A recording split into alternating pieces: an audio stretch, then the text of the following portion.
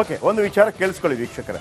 ಈ ಸದನದಲ್ಲಿ ಏನಾಗುತ್ತೆ, ಮೊದಲೆಲ್ಲ ಈಗ ಬೇರೆ ಬೇರೆ ಚಾನಲ್ಗಳು ನಾವೆಲ್ಲ ಹೋಗಿ ಕ್ಯಾಮರಾ ಹಾಕ್ತಾ ಇದ್ವಿ. ಫ್ರಂಟು ಎಲ್ಲಿಂದೆಲ್ಲ ಕ್ಯಾಮರಾ ಹಾಕಬೇಕು ಎಲ್ಲವೂ ಕೂಡ. ನಮಗೆ ಈಗ ಅಲ್ಲಿ ಕ್ಯಾಮರಾ ಹಾಕೋದಕ್ಕೆ ಅವಕಾಶ ಇಲ್ಲ. ಏನು ಕ್ಯಾಮರಾ ಇದ್ರೂ ಕೂಡ ಮೇಲ್ಗಡೆಯಿಂದ ಕ್ಯಾಮರಾ ಹಾಕಬೇಕು. ಈಗ ಸದನವೇ ಅಂದರೆ ಸರ್ಕಾರವೇ ಕ್ಯಾಮರಾವನ್ನು ಹಾಕಿ ಯಾವುದು ಬೇಕು ಯಾವುದು ಬೇಡ ಅಂತ ಕೊಡುತ್ತೆ. ಸೊ ಹಾಗಾಗಿ ಮೊದಲೆಲ್ಲ ಬ್ಲೂ ಫಿಲ್ಮ್ ಎಲ್ಲ ನೋಡಿದ್ದೆಲ್ಲ ಈ ಖಾಸಗಿ ಚಾನಲ್ಗಳು, ನಮ್ಮ ಚಾನಲ್ಗಳು ಅದನ್ನು ರೆಕಾರ್ಡ್ ಮಾಡಿದ ಕಾರಣಕ್ಕಾಗಿ ಸಿಕ್ತು. ಈಗ ವಿಚಾರಕ್ಕೆ ಬರ್ತೀನಿ. ಇಲ್ಲಿ ಏನಾಯಿತು ಆಗಿದ್ರೆ, ಬೆಳಗಾವಿ ಅಧಿವೇಶನದ ಕೊನೆಯ ದಿನ ಇವತ್ತಾಗಿತ್ತು. ಯಾಕೆ ಇಷ್ಟೆಲ್ಲ ಗಲಾಟೆ ಆಯಿತು, ಯಾವ ವಿಚಾರಕ್ಕೆ?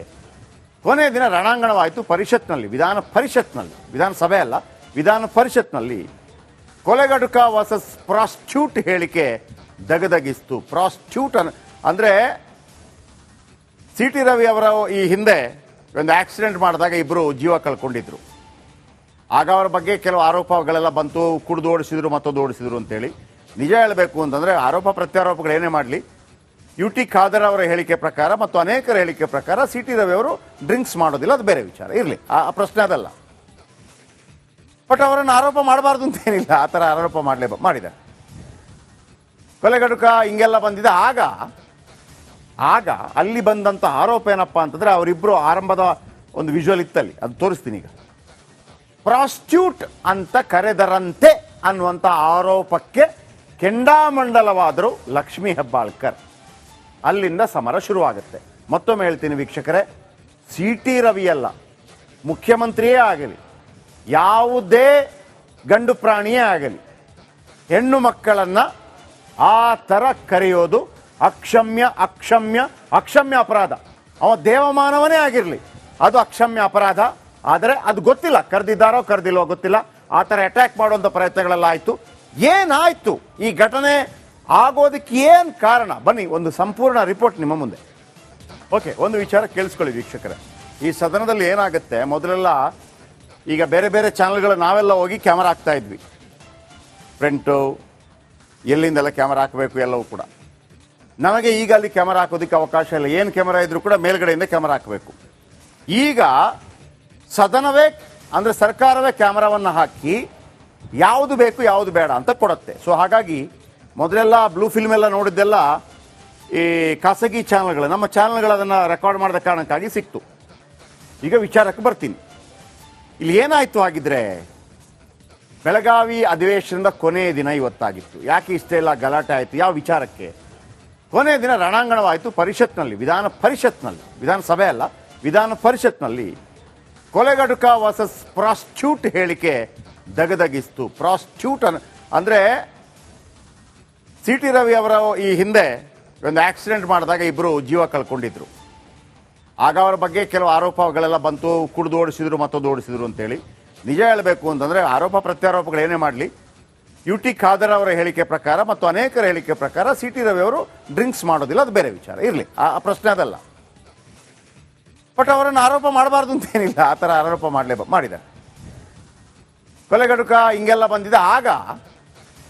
ಆಗ ಅಲ್ಲಿ ಬಂದಂಥ ಆರೋಪ ಏನಪ್ಪ ಅಂತಂದರೆ, ಅವರಿಬ್ಬರು ಆರಂಭದ ಒಂದು ವಿಜುವಲ್ ಇತ್ತಲ್ಲಿ, ಅದು ತೋರಿಸ್ತೀನಿ ಈಗ. ಪ್ರಾಸ್ಟ್ಯೂಟ್ ಅಂತ ಕರೆದರಂತೆ ಅನ್ನುವಂಥ ಆರೋಪಕ್ಕೆ ಕೆಂಡಾಮಂಡಲವಾದರು ಲಕ್ಷ್ಮೀ ಹೆಬ್ಬಾಳ್ಕರ್. ಅಲ್ಲಿಂದ ಸಮರ ಶುರುವಾಗುತ್ತೆ. ಮತ್ತೊಮ್ಮೆ ಹೇಳ್ತೀನಿ ವೀಕ್ಷಕರೇ, ಸಿ ಟಿ ರವಿಯಲ್ಲ, ಮುಖ್ಯಮಂತ್ರಿಯೇ ಆಗಲಿ, ಯಾವುದೇ ಗಂಡು ಪ್ರಾಣಿಯೇ ಆಗಲಿ, ಹೆಣ್ಣು ಮಕ್ಕಳನ್ನು ಆ ಥರ ಕರೆಯೋದು ಅಕ್ಷಮ್ಯ ಅಕ್ಷಮ್ಯ ಅಕ್ಷಮ್ಯ ಅಪರಾಧ. ಅವ ದೇವಮಾನವನೇ ಆಗಿರಲಿ, ಅದು ಅಕ್ಷಮ್ಯ ಅಪರಾಧ. ಆದರೆ ಅದು ಗೊತ್ತಿಲ್ಲ, ಕರೆದಿದ್ದಾರೋ ಕರೆದಿಲ್ಲೋ ಗೊತ್ತಿಲ್ಲ, ಆ ಥರ ಅಟ್ಯಾಕ್ ಮಾಡುವಂಥ ಪ್ರಯತ್ನಗಳೆಲ್ಲ ಆಯಿತು. ಏನಾಯಿತು, ಈ ಘಟನೆ ಆಗೋದಕ್ಕೆ ಏನು ಕಾರಣ? ಬನ್ನಿ, ಒಂದು ಸಂಪೂರ್ಣ ರಿಪೋರ್ಟ್ ನಿಮ್ಮ ಮುಂದೆ. ಓಕೆ, ಒಂದು ವಿಚಾರ ಕೇಳಿಸ್ಕೊಳ್ಳಿ ವೀಕ್ಷಕರೇ.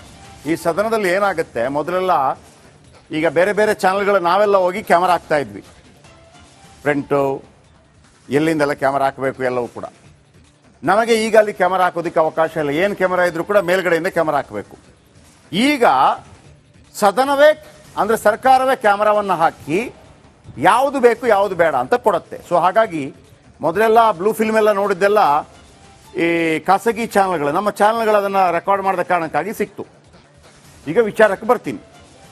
ಇಲ್ಲಿ ಏನಾಯಿತು ಆಗಿದ್ರೆ, ಬೆಳಗಾವಿ ಅಧಿವೇಶನದ ಕೊನೆಯ ದಿನ ಇವತ್ತಾಗಿತ್ತು. ಯಾಕೆ ಇಷ್ಟೆಲ್ಲ ಗಲಾಟೆ ಆಯಿತು, ಯಾವ ವಿಚಾರಕ್ಕೆ? ಕೊನೆಯ ದಿನ ರಣಾಂಗಣವಾಯಿತು ಪರಿಷತ್ನಲ್ಲಿ, ವಿಧಾನಸಭೆ ಅಲ್ಲ, ವಿಧಾನ ಪರಿಷತ್ನಲ್ಲಿ ಕೊಲೆಗಡುಕ ವರ್ಸಸ್ ಪ್ರಾಸ್ಟ್ಯೂಟ್ ಹೇಳಿಕೆ ದಗದಗಿಸ್ತು. ಪ್ರಾಸ್ಟ್ಯೂಟ್ ಅಂದರೆ ಸಿ ಟಿ ರವಿ ಅವರ ಈ ಹಿಂದೆ ಒಂದು ಆಕ್ಸಿಡೆಂಟ್ ಮಾಡಿದಾಗ ಇಬ್ಬರು ಜೀವ ಕಳ್ಕೊಂಡಿದ್ರು.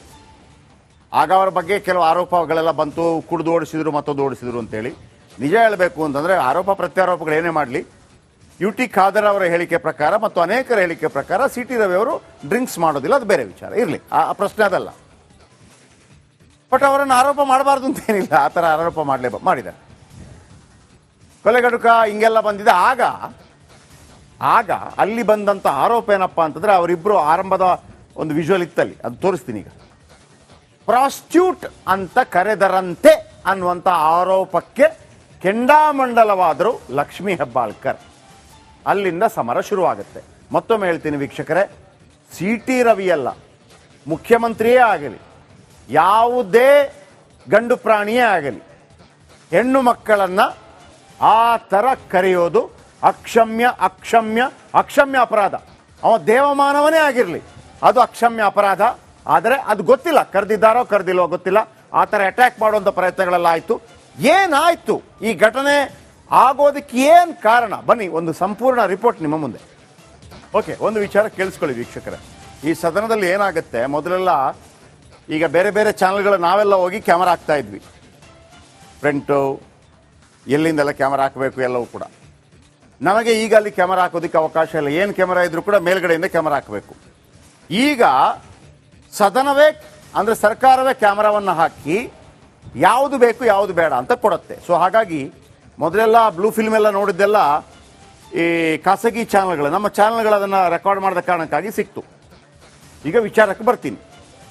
ಇಲ್ಲಿ ಏನಾಯಿತು ಆಗಿದ್ರೆ, ಬೆಳಗಾವಿ ಅಧಿವೇಶನದ ಕೊನೆಯ ದಿನ ಇವತ್ತಾಗಿತ್ತು. ಯಾಕೆ ಇಷ್ಟೆಲ್ಲ ಗಲಾಟೆ ಆಯಿತು, ಯಾವ ವಿಚಾರಕ್ಕೆ?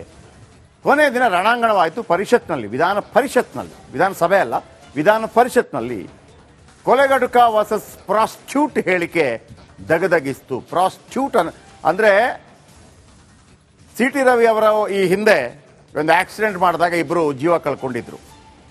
ಆಗ ಅವರ ಬಗ್ಗೆ ಕೆಲವು ಆರೋಪಗಳೆಲ್ಲ ಬಂತು, ಕುಡಿದು ಓಡಿಸಿದ್ರು, ಮತ್ತೊಂದು ಓಡಿಸಿದ್ರು ಅಂತೇಳಿ.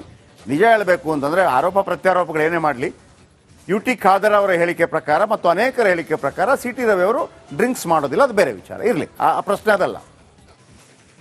ಬಟ್ ಅವರನ್ನು ಆರೋಪ ಮಾಡಬಾರ್ದು ಅಂತೇನಿಲ್ಲ, ಆ ಥರ ಆರೋಪ ಮಾಡಿದ್ದಾರೆ. ಕೊಲೆಗಡುಕ ಹಿಂಗೆಲ್ಲ ಬಂದಿದೆ. ಆಗ ಅಲ್ಲಿ ಬಂದಂಥ ಆರೋಪ ಏನಪ್ಪ ಅಂತಂದರೆ ಅವರಿಬ್ಬರು ಆರಂಭದ ಒಂದು ವಿಜುವಲ್ ಇತ್ತಲ್ಲಿ, ಅದು ತೋರಿಸ್ತೀನಿ ಈಗ. ಪ್ರಾಸ್ಟ್ಯೂಟ್ ಅಂತ ಕರೆದರಂತೆ ಅನ್ನುವಂಥ ಆರೋಪಕ್ಕೆ ಕೆಂಡಾಮಂಡಲವಾದರು ಲಕ್ಷ್ಮೀ ಹೆಬ್ಬಾಳ್ಕರ್. ಅಲ್ಲಿಂದ ಸಮರ ಶುರುವಾಗುತ್ತೆ.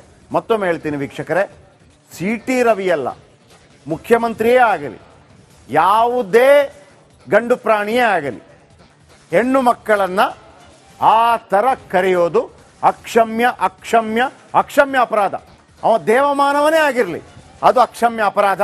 ಆದರೆ ಅದು ಗೊತ್ತಿಲ್ಲ, ಕರೆದಿದ್ದಾರೋ ಕರೆದಿಲ್ವೋ ಗೊತ್ತಿಲ್ಲ, ಆ ಥರ ಅಟ್ಯಾಕ್ ಮಾಡುವಂಥ ಪ್ರಯತ್ನಗಳೆಲ್ಲ ಆಯಿತು. ಏನಾಯಿತು, ಈ ಘಟನೆ ಆಗೋದಕ್ಕೆ ಏನು ಕಾರಣ? ಬನ್ನಿ, ಒಂದು ಸಂಪೂರ್ಣ ರಿಪೋರ್ಟ್ ನಿಮ್ಮ ಮುಂದೆ.